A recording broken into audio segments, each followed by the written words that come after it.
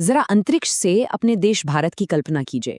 वहां आपको हरे भरे जंगल या बहती हुई नीली नदियां नहीं दिखेंगी, बल्कि अगर आप थर्मल इमेजिंग से देखें तो एक चमकती हुई बहुत ही विशाल और अदृश्य आग दिखेगी।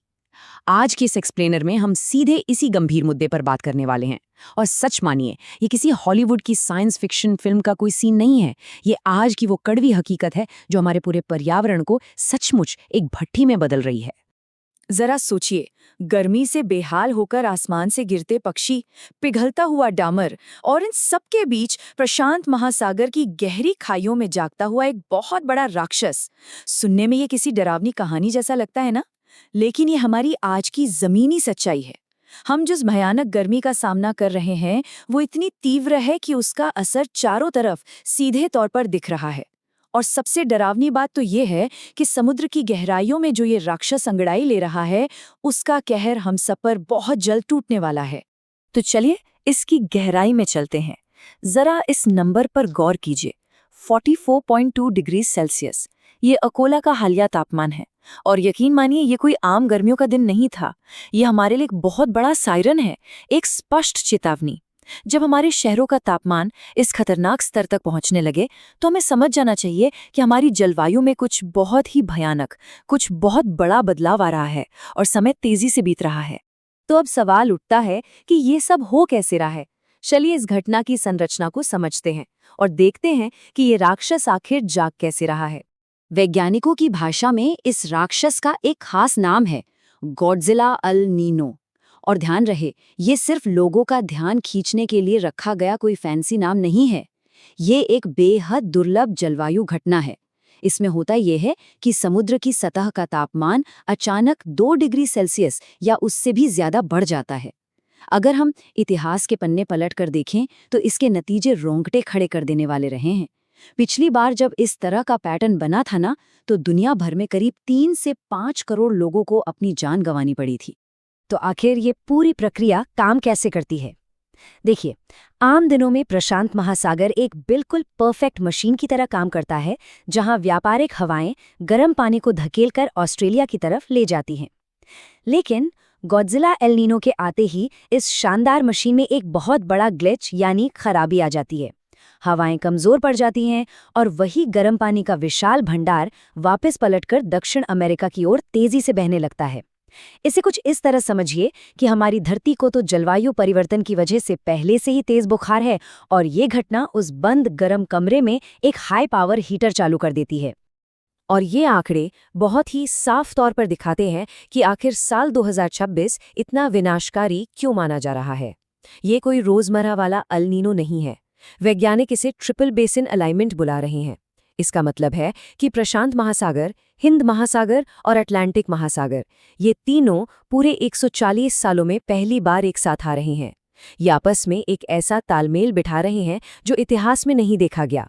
ये एक इतना दुर्लभ और ताकतवर संयोग है कि ये पूरी दुनिया के मौसम के सिस्टम को पूरी तरह से चकनाचूर कर सकता है। महासागरों की इस उथल-पुथल से अब आगे बढ़ते हैं और देखते हैं कि कैसे ये हमारे मॉनसून का दम घोटता है और इसका आर्थिक डोमिनो प्रभाव क्या होता है। ये गॉडजिला अल नीनो सीधे तौर पर हमारी मानसून की जीवनदायिनी हवाओं पर हमला करता है। अनुमान तो यहाँ तक लगाए जा रहे हैं कि 2026 में बारिश सामान्य के मुकाबले गिरकर सिर्फ 92% रह सकती है। अब सुनने में ये 8% की कमी शायद इतनी बड़ी न लगे, लेकिन जरा इस चार्ट पर गौर कीजिए। हमारे देश की 51% खेती आज भी पूरी तरह से सिर्फ और सिर्फ बारिश के भरोसे है। जरा सोचिए, जब आधे से ज्यादा कृषि क्षेत्र सिंचाई के लिए आसमान की तरफ टकटकी लगाए बैठा हो, तो बारिश में ये मामूली सी दिखने वाली गिरावट भी कितनी भयानक तबाही ला सकती है।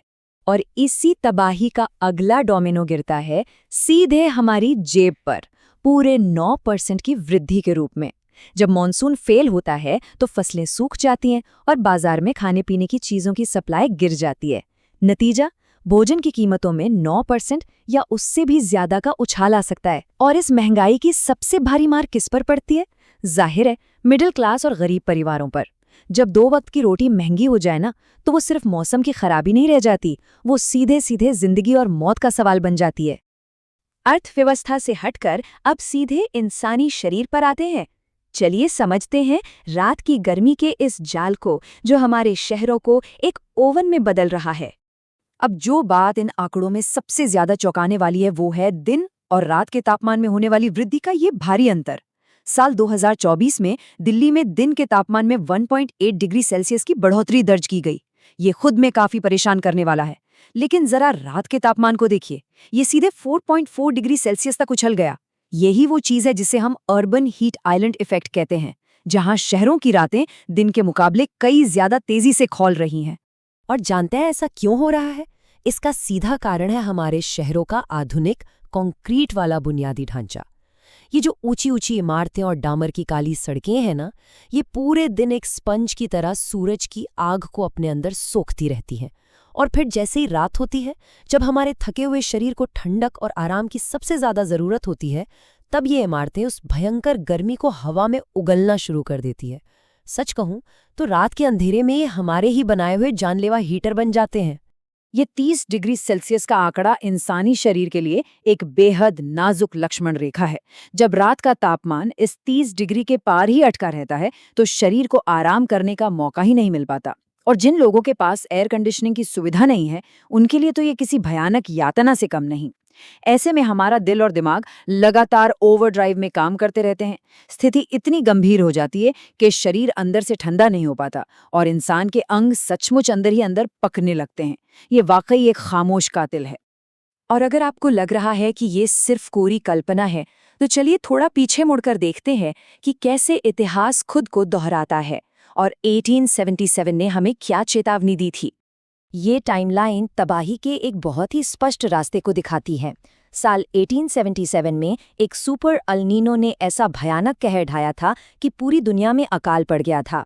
भारत में लगातार 2 साल मॉनसून के फेल होने से लाखों लोगों की जान चली गई थी। और आज 2024 में जब हमारे पास मौसम को समझने की इतनी बेहतरीन तकनीक मौजूद है, तब हम क्या कर रहे हैं? हमने विकास के नाम पर सिर्फ एक साल में 18,200 हेक्टेयर से ज्यादा के पुराने जंगलों को साफ कर दिया है। जरा सोचिए, हम ठीक उस वक्त अपने जंगलों को खत्म कर रहे हैं जब 2026 का गॉडजिला अल्नीनो हमारे दरवाजे पर दस्तक देने के लिए तैयार खड़ा है। तो क्या हम बिल्कुल बेबस हैं? बिल्कुल नहीं। आइए अब जीवित रहने की रणनीतियों और इस खतरे को कम करने के व्यावहारिक उपायों पर बात करते हैं। इस महासंकट से बचने के लिए हमारे पास कुछ बेहद व्यावहारिक और जमीनी कदम हैं। सबसे पहला और सबसे जरूरी, हमारे पुराने पेड़ों को बचाना। एक पुराना विशाल पेड़ अपने आसपास के तापमान को 12 डिग्री सेल्सियस तक गिरा सकता है। दूसरा उपाय बहुत ही साधारण है, अपनी जेब में 10 रुपए वाला ORS का पैकेट रखना। इतने बड़े ग्लोबल खतरे के सामने ये छोटा सा 10 रुपए का पैकेट हीट स्ट्रोक से हमारी जान बचा सकता है। तीसरा, हमें उन मजदूरों और डिलीवरी वर्कर्स की मदद करनी होगी जो इस भीषण गर्मी में अपनी कमाई का 40% तक खो रहे हैं। उन्हें थोड़ा पानी या छांव देना बहुत बड़ा बदलाव ला सकता है। और अंत में एक कड़वा सच ये है कि आज भी हमारी 70% बिजली उसी कोयले से बन रही है जो इस धरती को गर्म कर रहा है।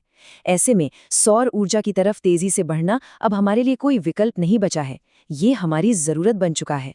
इस एक्सप्लेनर के अंत में एक बहुत ही चुभने वाला सवाल हमारे सामने खड़ा होता है।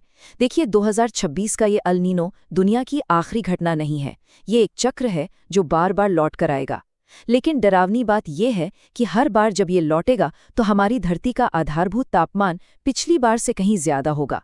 तो सवाल ये है, क्या हम तब तक हाथ पर हाथ धरे बैठे रहेंगे जब तक कि सामान्य गर्मियों का मतलब हमेशा के लिए हर दिन 45 डिग्री सेल्सियस नहीं हो जाता?